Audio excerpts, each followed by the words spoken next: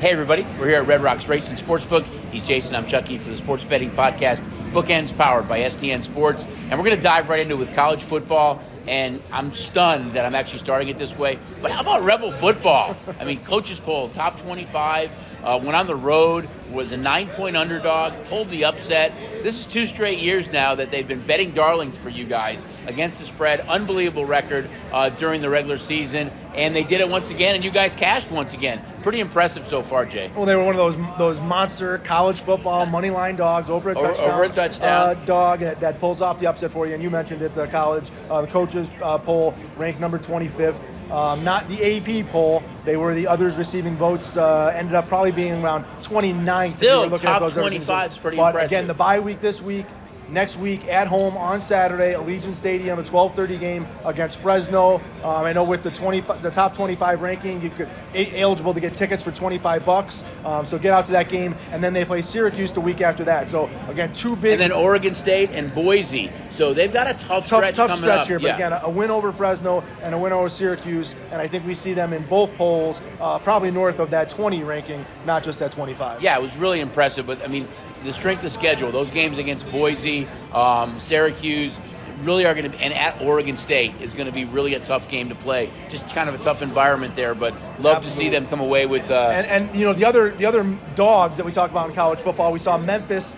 Florida State continues to be the gift that keeps on giving for you that are betting college football dogs.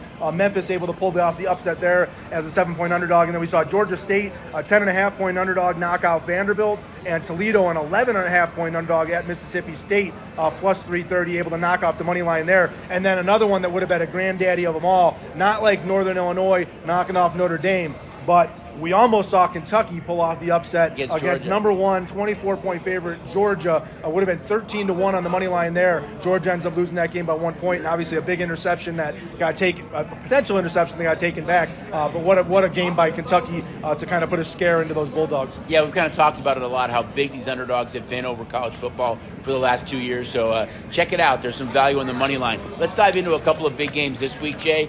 You've got number 6 Tennessee at number 15 Oklahoma. Tennessee's a touchdown favorite. Tennessee's 5-0 in their last 5 games straight up. They're 4-1 against the number in their last 5 games. Oklahoma, though, getting points here, 10-1 straight up in their last 11 games at home, and 6-1 straight up in their last 7 games, period. So something has to give here. We'll see how Tennessee, with that explosive offense, plays on the road, being a touchdown favorite. Yeah, I get when I started to look at this game, I got that Texas versus Michigan feeling of, hey, you got a dog here with a high-powered offense and things are rolling right for Texas. And then, of course, Texas went into Michigan and rolled them. And I could see that kind of same thing. And I know the public money is going to be on Tennessee. And there's some interesting quirks here in this game. Josh Heupel, who's the head coach of Tennessee, his 4th year with the Volunteers, he's a former quarterback for Oklahoma, a 2000 national championship winner for Oklahoma, coached in the Oklahoma program, was their offensive coordinator from 2011 to 2014, got fired by Bob Stoops when they kind of ran into some running there, but he led Jason White to a Heisman Trophy, Sam Bradford to a Heisman Trophy. He's very, very familiar with what the Oklahoma program is, so Josh Heupel coming home to what is Oklahoma. And again,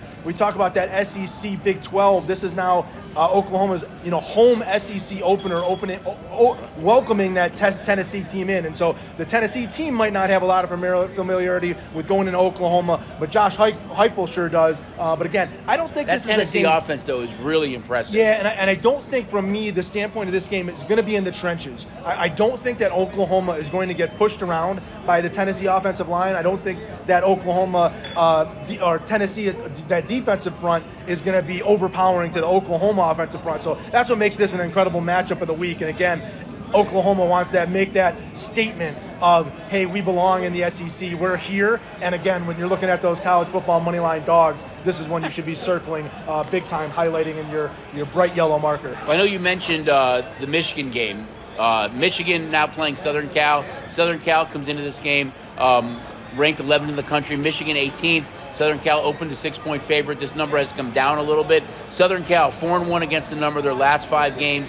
Total has gone under 4 of Southern Cal's last 5 games. Michigan, though, 17-1 straight up their last 18 games, 11 straight up in their last 12 games at home. One of those losses being, of course, to Texas just a few weeks ago. But another test for Michigan in the Big House. welcoming the Trojans in this game. Yeah, and Michigan didn't look good again this week against Arkansas State, a 10-point winner against Arkansas State. I know Arkansas State scored late in that game, but again, not an impressive victory. And USC, obviously, their big victory was knocking off LSU here in Las Vegas. And then we saw LSU go on the road and really struggle against an unranked South Carolina program. They came back and won that game after being down 17-0. But it's just, you kind of wonder when you look at what they were able to pull, that big upset over LSU. Right. What is LSU and how big of an upset? What was it? Again, a very, very tough trip. And not to mention, it's again Pac-12 versus Big Ten, big-time programs going into big-time road places that they haven't played before. One more college game to look at. Number 12 Utah against number 14 Oklahoma State. Looks like Cam Rising will start in this game for Utah. We've seen this number start to creep up. It's 2.5 now. Total's gone over in 4 of Utah's last 5 games on the road. Utah is 4-1 straight up in its last 5 games. Oklahoma State is 5-0 straight up in its last 5 games at home, and 6-1 straight up in its last 7 games. So with a small number here, something has to give from one of these two schools. Crazy enough, it's the same storyline, right? We have a Pac-12 team going to their new conference on the road, trying to make that mark. Utah struggled a little bit early against Utah State last week. Obviously bounced back in a big way and able to get that victory. Rising missed that game, though. Yeah. In preparation for this game. Same thing, Oklahoma State struggled early, came back to win. Again, this is a matchup, styles, and we'll see what happens in the interior. Both these teams have the special teams guys to be able to go make plays, and their quarterbacks, their receivers, their running backs, but the depth is going to be what is the offense and defensive line and who can kind of impose their will in this game.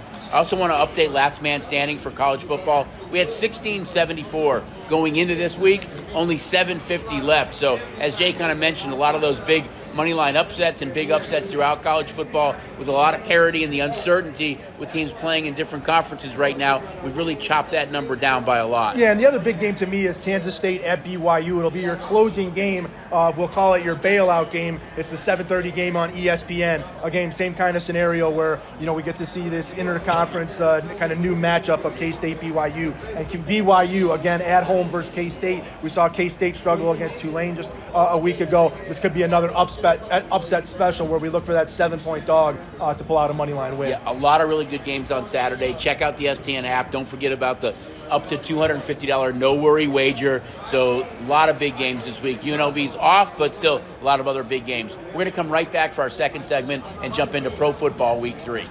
Do you want it all? Easy-to-use app with great odds? Seats that make you feel like you're at the game? The friendliest, most helpful team members this side of Lake Mead? Sure, some places have this and that, but if you want it all, it's at STN Sports. Download the STN Sports app now. Hey everybody, we're back at Red Rocks Racing Sportsbook for the sports betting podcast Bookends, of course powered by STN Sports.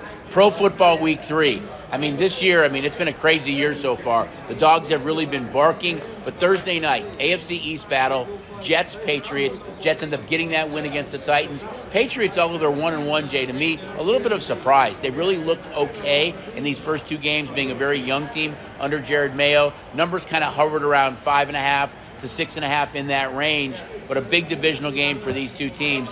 And the Jets at home with Aaron Rodgers now, after being on the road, have a chance to kind of get to 2-1 and in a division that Buffalo's kind of running away with. We know the injury with Tua. It's a big game for the Jets at home. Yeah, obviously the Patriots in Week 1 pull off I was going to say it was the biggest upset in the NFL so far this year, but it hasn't been because our Raiders knocking off the Ravens on the road last week has got to be the catalyst of upsets at this point in time. But again, being 1-1, pulling that upset in Cincinnati, and staying in the game with the Seahawks. They were a 3.5, 3-point dog. Obviously lost that game in overtime. They had chances to win that game. Able to run the football. Ramondre Stevenson's looked good. The Jets have struggled to stop the run. Obviously, we saw the big numbers that the Niners put up in Week 1, and Tennessee was able to put up similar type numbers in Week 2. Again, it came back to the turnovers for the Tennessee Titans, who have now essentially turned over 2 games in both their losses to the Bears and the Jets. It's been the turnover bug for them. Getting this Jets team back at home, though, after the 2 weeks on the road, should be a comfortable environment for them. And we're seeing somewhat of a budding star in Braylon Allen, the running back that they get from Wisconsin, the backup to Breece Hall, scored those touchdowns last week, giving them kind of another weapon of a 230-pound bowling ball that they can kind of use, that Rodgers adds to those weapons. And before we go any further, I love talking about those money line dogs in college, but the money line dogs in pro football last week won 8 of the 16 games that we played, and we almost saw one in the Bears, and we almost saw one in the Bengals. We're a yellow hanky away from the Bengals knocking off the Chiefs, and we have more money line dogs win games than we have money line favorites. So again, a real shocker in NFL Week 2, seeing some of those big dogs. And we had a guest that actually we're going to touch on against the spread numbers a little bit later in the segment. But the reverse teaser card, we had a guest with our brand new reverse teaser card, a card that's new to us this year, was able to hit a $10 7-team reverse teaser card. $10 paid him $20,000. So again, congratulations to that guest playing those dogs and hitting that new reverse teaser card. So here's a couple of stats for this game, betting trends. New England's 5-0 straight up in their last 5 games when playing on the road against the Jets. New England is 15-1 straight up in their last 16 games when playing the Jets.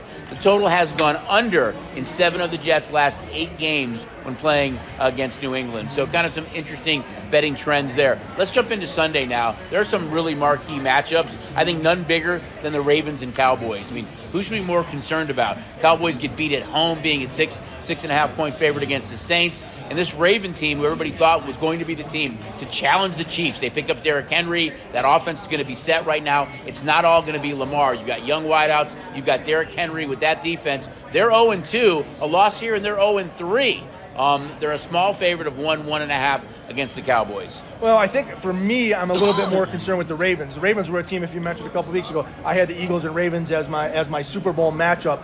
That addition of Derrick Henry for me with the Ravens was a big piece. How did they lose that game to the Ravens? And to lose to the Chiefs, obviously in the opening game, acceptable. But to blow this game against the Raiders, a team that again we're not expecting to be an 8-8 club at home, very very disappointing. So for me, it is a panic button on the Ravens here. Obviously the Cowboys, we see them have a great win in Cleveland in Week 1, and then we don't really know who this Saints team is, but man, do they look impressive. Offensively, they really do.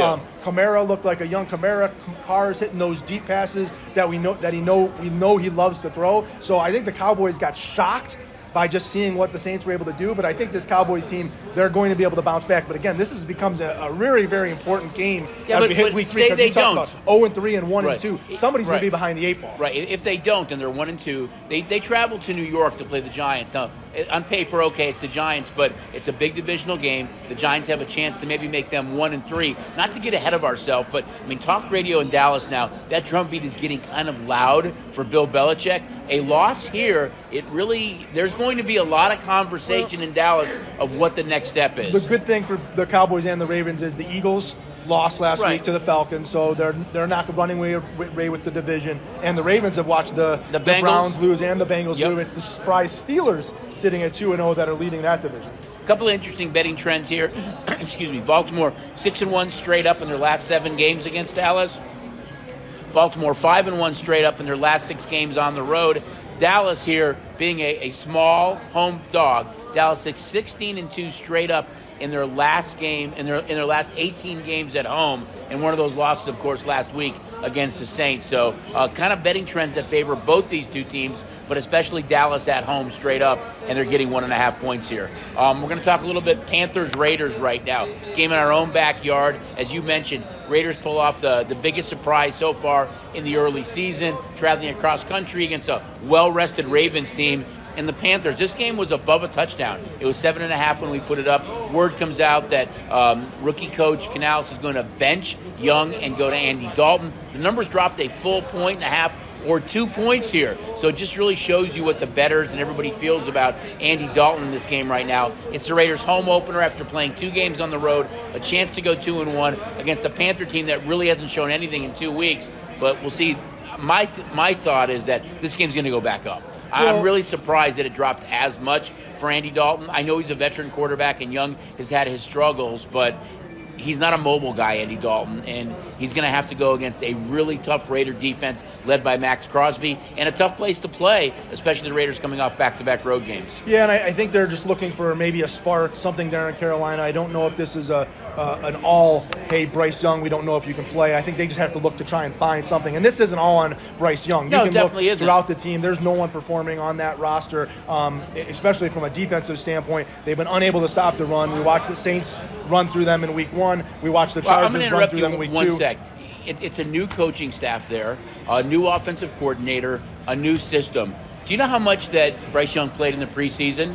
He played one series against Buffalo's third and fourth string players. C.J. Stroud played 2 quarters. So they didn't help Bryce Young at all to get him ready for this season, and now he's paying the price for it. Yeah, he's thrown for 122 yards a game this year in his 2 games. Caleb Williams, the Bears are 1-1, 133 yards a game. Jacoby Brissett, Patriots are 1-1, 135 yards a game. Justin Fields, who's 2-0, 136.5 yards a game, and Justin Herbert, 137 yards a game. Chargers are 2-0. So Bryce Young is really on that bottom of the passing scale, which is a surprise because they've been blown out in 2 games where you think that they'd be able to kind of muster some of those cheap yardages at the end of games. So maybe that's where this is coming. But again, the key for me for the Raiders here is to not depend on Gardner Minshew, Bowers, Adams. This is a Zamir White, Alexander Mattson, run the football, run the football, run the football. Don't give Andy Dalton a chance to try and pull off a miracle here. Control the clock and run the ball down the throat of these Carolina Panthers because they have been unable to stop the run. I really was impressed, though, with the way the Raiders defense played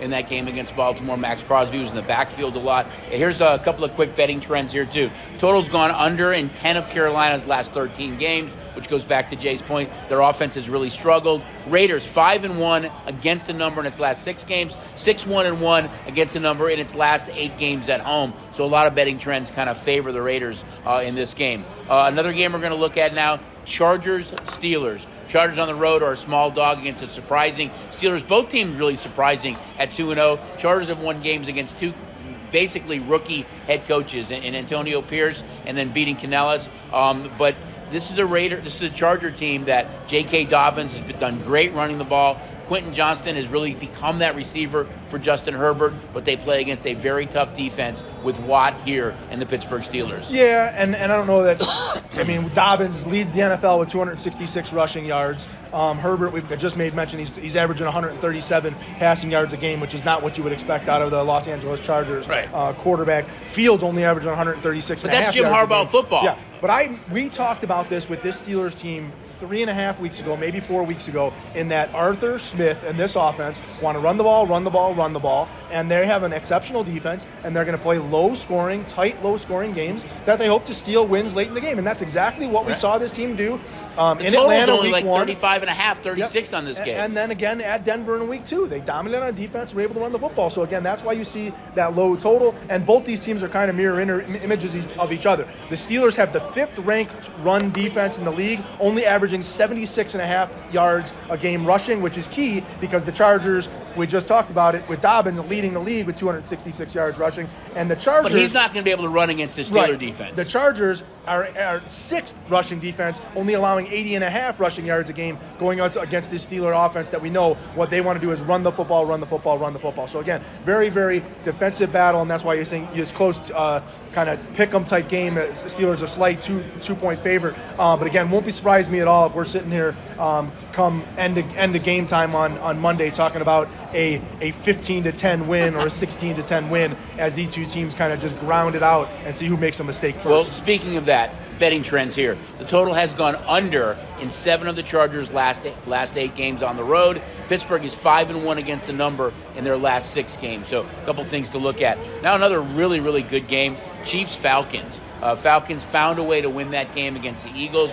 Chiefs are still 2-0. Chiefs are 5-0 straight up in their last 5 games. But it was a huge road win for Atlanta. Kind of an interesting matchup for these two teams. Falcons are about a 3.5-4-point home dog in this game. Yeah, and the big storyline in Kansas City is obviously the big win against the Bengals with the questionable call, the pass interference call that gets them the win, gets them the field goal. But really it's the running back position with Isaiah Pacheco having a broken fibula, and they're going to have to find somebody to rush that football. They have. Well, I mean, we picked up Hunt. Right. We've got Carson Steele. We've got Samaje Perine. I don't think any of those guys can kind of hold water. Well, what they're we saying Hunt could start, and he's so familiar with that system and with Andy Reid that I think Hunt's going to be the guy. Maybe not this week, but he will be the guy. Long term. Yeah. Again, this week against Atlanta, what do we see? Who do those guys go to? And maybe that's a great thing if you're a Patrick Mahomes fan, because then he gets to sling the ball around even more. Or if you're a fantasy fan that has Patrick Mahomes or Worthy or Rice or Kelsey, maybe it's a good thing. Yeah, a lot more weapons to be had there. Obviously, the Falcons were playing against a somewhat depleted Eagles team on Monday night with no A.J. Brown. We did see Devonta Smith have success. We saw Barkley have a lot of success both on the ground, and man, if he could pull in one more pass on his fingertips, we're not talking about Atlanta pulling off the big upset. We're talking about the Eagles probably taking a knee and running that game out. So, again, a questionable call. Not running the football by the Eagles allows the Falcons to go steal that win. They underperformed in their Week 1 home loss to the Steelers, so I'm sure that they're going to hope to get this Kirk Cousins victory train on national TV win and take that and compound that into a win over a monster win over a Kansas City team, which would be huge for this Falcons team. And it's really about Bijan Robinson and can get the ball to Robinson, control that clock, and then when they can find London and Pitts. He hasn't been able to find Pitts yet, but London obviously was a big guy on that drive, and finding Mooney as well. So Cousins does have those pieces of the puzzle to be able to pull off another upset here. That final drive might have saved their season. Kirk Cousins hadn't looked good. I think he had only 190 yards passing going into that last drive. That's the kind of, as a new quarterback with a new team, he earns a lot of respect in the clubhouse with a win like that. So I thought it was a big comeback. Yeah, and the for Kansas them. City Chiefs, it's now been 2 years that we don't see the Chiefs blow anybody out. The Chiefs seem to play games that are tight in the fourth quarter and come down to Patrick Mahomes, but he does it. Pulling his magic tricks. 2-0. But again, that's why you see the line down to that kind of that 4.5. It's they're not that touchdown favorite anymore. They're leaking to that field goals because the Chiefs have been finding ways to win late. All right, now we're going to jump to Monday night, and I'm super excited. Monday night doubleheader. I just don't get it. Why do they start around the same time? Stagger these games. Have one after the other. Start at 4 o'clock and 7:30 instead of 4:30 and 5:15. But anyway, we've got a Monday night doubleheader. First game in this is Jags-Bills. Bills come in at 2-0. Jags 0-2. A little bit surprising there. They've really struggled. But this Bills team with a bunch of no-names, you don't have Stephon Diggs anymore, no Gabe Davis. Josh Allen has done really well running the ball with Cook himself and finding some of these young wideouts. Yeah, the no-names turns into one name, and that's Cook.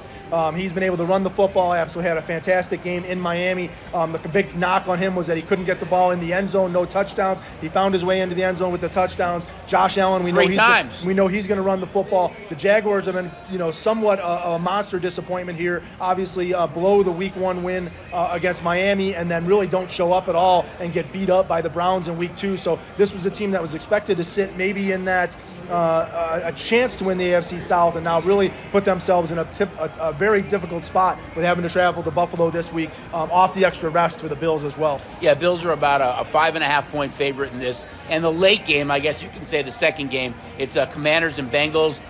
Commanders come in 1-1. Bengals 0-2. It's still a soap opera there with T. Higgins and Jamar Chase. But we'll see what ultimately happens here. But I think it's a big game for both these teams, especially the Bengals. Well, Commanders have had a really, really difficult time playing defense, both against the run, against the pass. This does set up as a game where Burrow can have a lot of passing yards, find Chase. Maybe those guys get a feel good in that they're able to put up some points. Also look for Gesicki, the tight end, seems to be a big part of the offense with Higgins being out. And I think that this also is a game that we see Chase Brown and Zach Moss. Not sure which one of them is going to do it, but one of those two guys is going to have a big game here with over 100 yards rushing because Washington's defense is just kind of susceptible that way. So with the struggles the Bengals have had, this is a great defense to kind of get rich with.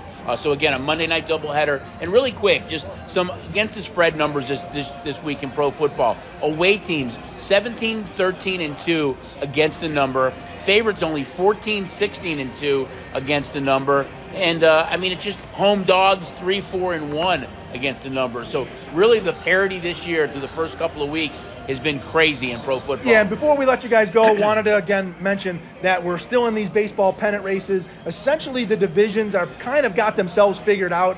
Maybe the Yankees, who still have a 4-game lead over Baltimore, are the closest one. Padres have it a 3.5 against the Dodgers, so I guess that's the closest one. But with 11, 12 games left for each team, it's going to be tough to see these divisions change. But the the wild card race Wild is card's absolutely great. fantastic. Baltimore has a 4-game lead in the AL with the Royals a game and a half above Minnesota and the surprising Detroit Tigers. The Tigers are only a game and a half back of Minnesota for that final wild card spot. I think they're 17-7 here since August 22nd, the best team in baseball. So look out for Detroit, who's got a really kind of favorable schedule on the way out here. They play Baltimore, Tampa Bay, and they finish up with a 3-game set against the Chicago White Sox. So a really good chance for Detroit to make a run in those last 3 games. And the National League is absolutely even a better story there with the Padres with a 2.5-game lead. The Mets and Arizona are tied, and then Atlanta's 2 games back. So there's kind of 2 spots for 3 of those teams. The Mets have a very tough schedule, playing 4 against Philadelphia, 3 against Atlanta, and then they finish up at Milwaukee. Atlanta's got 2 against Cincinnati. They go at Miami, they play the Mets, and then they finish at home against Kansas City. So some very, very tough games. And Arizona, the other one involved in that, 4 at Milwaukee, 3 at San Francisco, and 3 against San Diego. So really tough stretch down the road here for those teams. But again, jump in that baseball pennant race, some money to be made there, and you still have that $250 no-worry wager out there for you. So if you don't have the app, get on the app, check out baseball. We've also exploded the baseball in-play menu for you. So if you haven't had a chance to check out the in-game menu in baseball, we've done some fixes. That menu is absolutely exploded. Take a look at baseball on the in-play. One last thing. I know we touched on last man standing for college. Just want to touch on it for pro as well. Another dramatic drop. Went into week 2 with 34-38 left. We only have 1,345. So huge drops for the first 2 weeks in both the pro and college last man standing. Yeah, let's pick some winners this week. Keep that contest alive. For Jason. And don't forget, this week, too, we got a big surprise for you, and that's at Sunset's Racing Sportsbook on Sunday from 12:15 to 1:15.